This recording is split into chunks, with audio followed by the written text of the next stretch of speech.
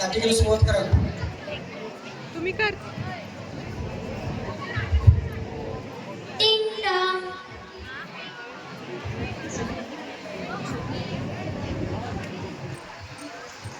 जय जिनेंद्र. जय जिनेंद्र. या.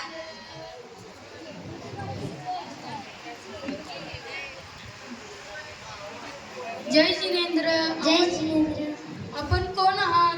मी स्थळाची एजंट आहे. मला बाहेरून समजलं की तुमच्या घरी एक लग्नासाठी मुलगी आहे.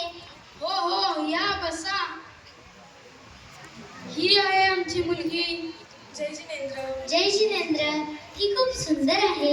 हिच्यासाठी आमच्याकडे खूप स्थळ आहेत. तुम्हाला कशा प्रकारची स्थळं हवेत? हे आम्हाला विचारलं का? हे त्यांना विचारा. इथं आमचं काही चालत नाही. काय हो तुमचं? मग तुम्हाला कशा प्रकारची स्थळं हवेत? तो मुलगा वेल सेटल हवा. तो खूप श्रीमंत पाहिजे. तो वकील असो, इंजिनियर असो किंवा डॉक्टर असो. आमच्याकडे वकील, डॉक्टर, इंजिनियर, शेतकरी अशा खूप प्रकारची स्थळं आहेत. बरं, मग येत्या रविवारी तुम्ही स्थळ घेऊन या. ठीक आहे. चहा वगैरे? चहा घेणार, पण आता स्थळासोबतच येऊन घेणार. ठीक आहे. जय जिनेंद्र. जय जिनेंद्र.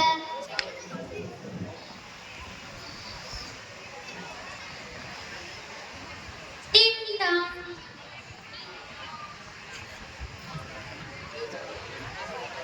जय जिनेंद्र. जय जिनेंद्र. या बसा. जय जिनेंद्र. या बसा. आज कुठल्या प्रकारचं स्थळ घेऊन आला आहात?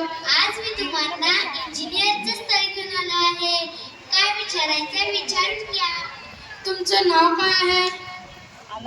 माझे नाव विहान किरण चौगुले आहे. तुम्ही कुठं काम करताय? पुण्यामध्ये मोठी कंपनी आहे, तिथे काम करतो. वर्षाला 10 लाख मिळवतो. बर बर, ठीक आहे. जरा इंजिनियरना चहाचं बघ. भूमी, चहा घेऊन ये.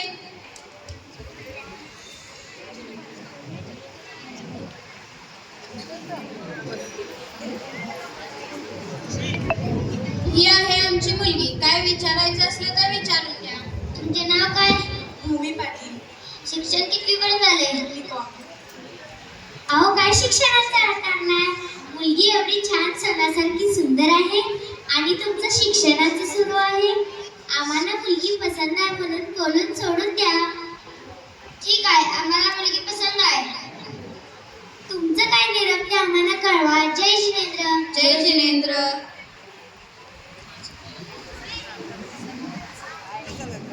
टिंग टॉंग.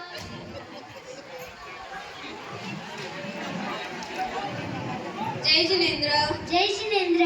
या बसा. जय जिनेंद्र. या बसा. आज कुठल्या प्रकारचं स्थळ घेऊन आला आहात?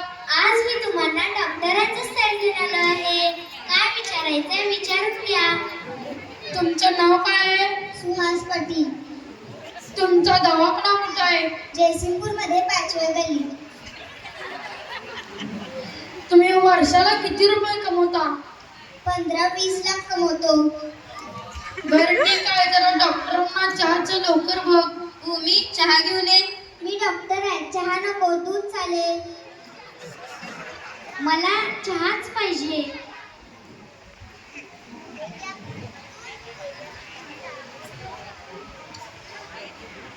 ही आमची मुलगी. काय विचारायचं असलं तर विचारून घ्या. तुमचं नाव काय? भूमी पाटील. शिक्षण किती पर्यंत झालं? B.Com. अहो, काय शिक्षणाचा अर्थ आणला? मुलगी एवढी छान सोन्यासारखी सुंदर आहे आणि तुमचं शिक्षणाचं सुरू आहे.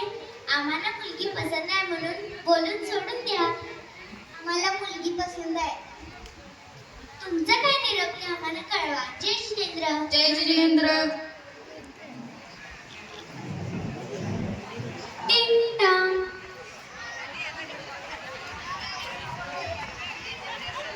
जय जिनेंद्र. जय जिनेंद्र. या बसा.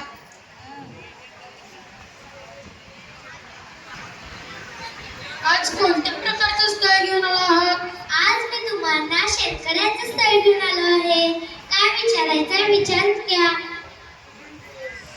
तुमचं नाव काय आहे?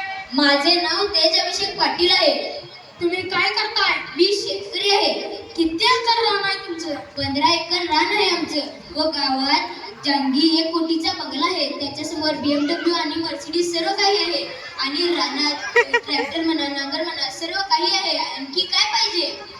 बरं ठीक आहे, वर्षाला किती रुपये कमवता? 20-25 लाख कमवतो. असं काय मोजत बसत नाही आम्ही.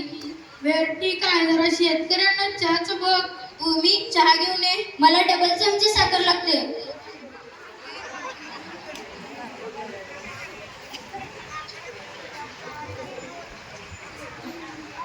ही आमची मुलगी, काय विचारायचं असलं तर विचारून घ्या. आम्हाला काही विचारायला लागत नाही. स्वयंपाक येतं का? हो.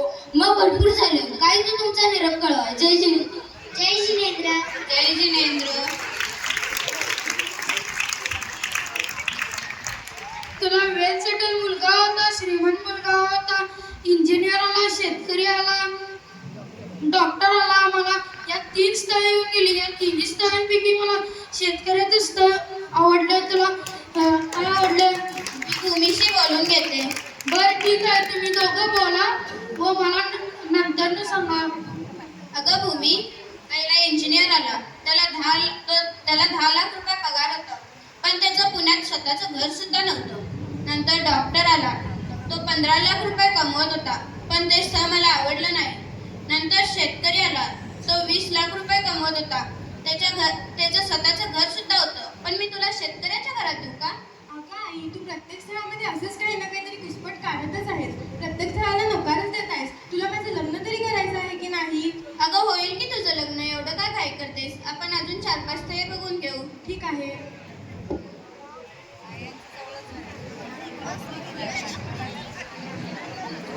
एवढ्या नोकऱ्या केल्या पण एखादी यश नाही. बिझनेस करण्यासाठी हातात भांडवल नाही. रोज मित्रांसोबत पार्ट्या करण्यासाठी पैसा कुठून आणू? एक काम करतो, एखाद्या श्रीमंत बापाच्या एकुलच्या 1 मुलीला पटवतो. म्हणजे तिच्याबरोबर फसवून लग्न करायचे, तिचे सर्व प्रॉपर्टी हडपायचे आणि तिला सोडून द्यायचे. आता हे कुठून आणू? एक काम करतो, केतकी आणि दिया माझ्या मैत्रिणी आहेत. असले उद्योग त्यांना सुचवतात. त्यांना सांगतो असा एक मासा गळ्यात अडकवण्यासाठी.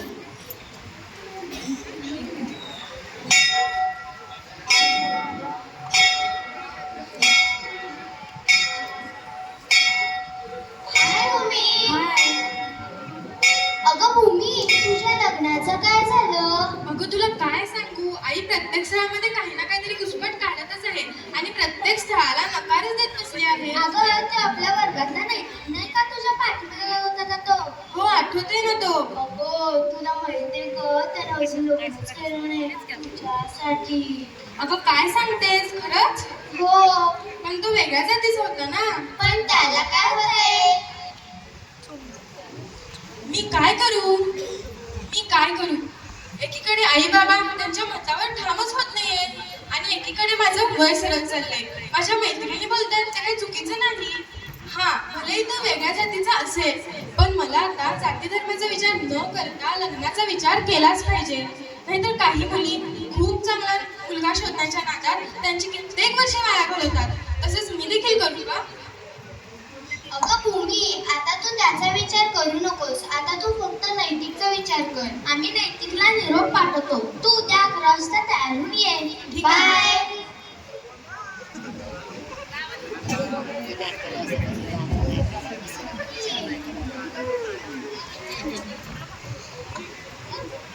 हाय नैतिक. हाय नैतिक. हाय, तुम्ही भूमीशी भेटला का? हो, आम्ही भूमीशी भेटलो. आम्ही भूमीला पटवलं आहे. तू तुझ्याशी काय बोलणार आहेस ते बोलून घे. ती आता येतच असेल. हाय भूमी. ही भूमी. हा नैतिक. अगं भूमी, आमचं काम आहे, आम्ही निघतो. तुम्हाला बोलून घ्यायचं असेल तर बोलून घ्या. अगं थांबा, कुठे चालला? अगं नाही, आमचं काम आहे, आम्ही निघतो. बाय. भूमी, मला माहीत आहे की तुझ्या लग्नासाठी खूप स्थळ येत आहेत, पण तुझं लग्न होतच नाही. मी तुझ्याशी लग्न करायला तयार आहे. मी तुला खूप सुखात ठेवू शकतो. मला माझ्या आई बाबांच्या विरोधात जायचं आहे, त्यामुळे मला थोडा विचार करायला हवा. आम्हाला काय ते निरोप सांग, मी येतो.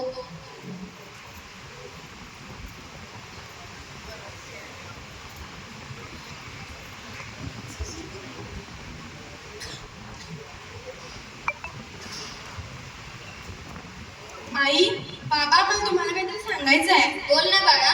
मी लग्नाचा निर्णय घेतलाय. काय बोलतेस हे तू? तुला अक्कल तरी आहे का? अगं ऐकून तरी घे माझं बघ. मला काही सुद्धा ऐकायचं नाही आहे तुझं. अहो बाबा सांगा ना तिला. सांगतो, खाली बसून तरी घे, काय सांगते ऐकून तरी घेऊया. आई तो कॉलेजमध्ये एक मुलगा होता ना, तो खूप माझ्या पाठीमागे लागला होता. पण त्यावेळी मी तुमचा विचार करून त्याच्याशी लग्न नाही करण्याचं ठरवलं होतं. पण तुम्ही माझी इतकी वर्षी वाया घालवली आहात, आता मला त्याच्याशी लग्न करायलाच हवं. यापुढे तू एक शब्द बोलायचं नाही. हे सगळं तुझ्यामुळे झालंय. 5 वर्ष झाली, कित्येक स्थळ येऊन गेली, त्यात काही ना काहीतरी तू चुकी काढतच असतेस. यापुढे हिला एक क्षणी घराच्या बाहेर सोडायचं नाही. मी तुमचं काही ऐकून घेणार नाही. अगं भूमी, ऐकून तरी घे. मला तुझं काहीच ऐकायचं नाहीये. माझा निर्णय झालाय. अरे देवा, हे सगळं माझ्यामुळे झाले. माझ्या सोन्यासारख्या पोरीचं माझ्या या हाताने वाटोळं करून टाकले.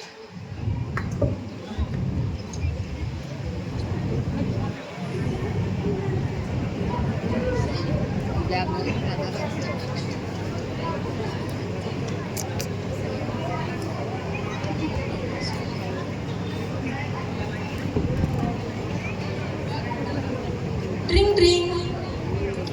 हॅलो नैतिक, माझा विचार झालाय. आज आपण पळून जाऊन लग्न करायचं. हा ठीक आहे. मी जेवढे पैसे सांगितलेस तेवढे घेतलीस का? हो घेतले ना. काही दागिने मिळाले तरी पण ते पण घे. हा बघते. भूमी, ए भूमी, भूमी. काय झालं? अहो भूमी कुठे दिसत नाहीये. तुला सांगितलं का नाही, तिला घराच्या एक क्षणी बाहेर जाऊ द्यायचं नाही म्हणून. आता तिला हुडा. Hello drink drink. हॅलो. आई मी लग्न करून घेतले. आता मी कधीच घरी परत नाही येणार. काय बोलतेस हे तू?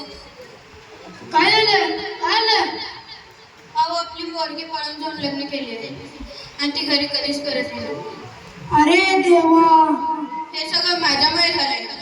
माझ्या सोन्यासारख्या पोरीचं माझ्या हाताने वाटोळं करून टाकले. अजून चांगलं स्थळ मिळेल, अजून चांगलं स्थळ मिळेल असं म्हणत म्हणत पूर्ण आयुष्य बर्बाद झाले. याच कारणाने ती अशा स्तराला जाऊन पोचली. त्यामुळेच ती परजातीच्या मुलाबरोबर पळून जाऊन लग्न केली. यात खरोखर चूक कोणाची? आई वडिलांची काय त्या मुलीची?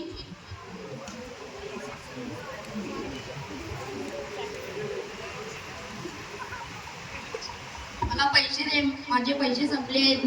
मी मित्रांसोबत पार्टी करायला बाहेर जाणार आहे. काय पार्टी करण्यासाठी पैसे मी कुठून देऊ? कुठे गेले सर्व पैसे? पैसे सगळे संपले. तुम्हीच संपवलात पैसे सगळे. जा तुझ्या बापाकडनं जाऊन घेऊन घे. मी माझ्या बाबांकडे का जाऊ? मी त्यांना सांगून आले मी तिकडे कधीच परत नाही येणार. जा मग तुझ्या बापाची प्रॉपर्टी काय करणार आहे? जा जाऊन घेऊन ये. एकदा सांगितलं ना, मी माझ्या बाबांकडे जाणार नाही. ती तुमची वैयक्तिक जबाबदारी आहे आणि ती तुम्हालाच पूर्ण करायला हवी. जा जा पैसे घेऊन ये. जा. तुम्ही माझ्यावरती खरंच प्रेम केलं की माझ्या प्रॉपर्टीवरती? प्रॉपर्टीसाठी माझा फसवून माझ्याशी लग्न केला? हो, मी तुझ्या बापाच्या प्रॉपर्टीसाठीच मी तुझ्याशी लग्न केलेलं आहे. तू जर आता प्रॉपर्टीचे पैसे घेऊन आली नाहीस तर मी आता तुला सोडून जात आहे.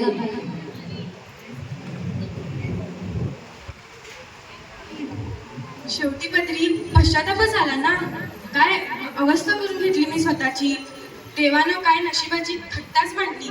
आई आई मला मारून का टाकलं नाहीस? तुझ्या हट्टापोटी कितीतरी स्थळे त्यांचा होकार असताना तू अगदी सहजच त्यांना फाडून लावलास. घरची वडीलधारी माणसं बोलतात ते काही चुकीचं नाही. ज्या त्या वयात मुलींचं शिक्षण पूर्ण झाल्या त्यांच्या हाताला हळद लागलीच पाहिजे. आता तरी तुम्हा सर्वांना पटलं का?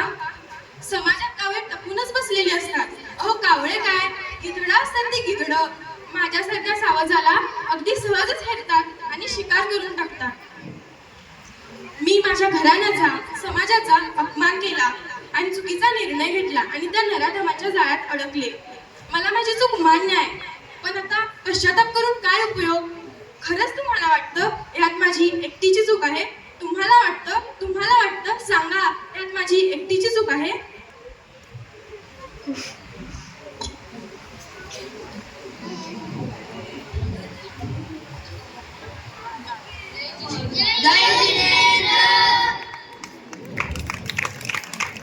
श्री 108 शांतीसागर पाठशाळा गल्ली नंबर 4 जयसिंगपूर तर्फे आपल्या समाजातील सर्व घटकांना मुलगी पळून जाण्यापाठीमागील अनेक कारणांपैकी एक प्रमुख कारण या नाटिकेद्वारे सादर करण्याचा प्रयत्न केला आहे.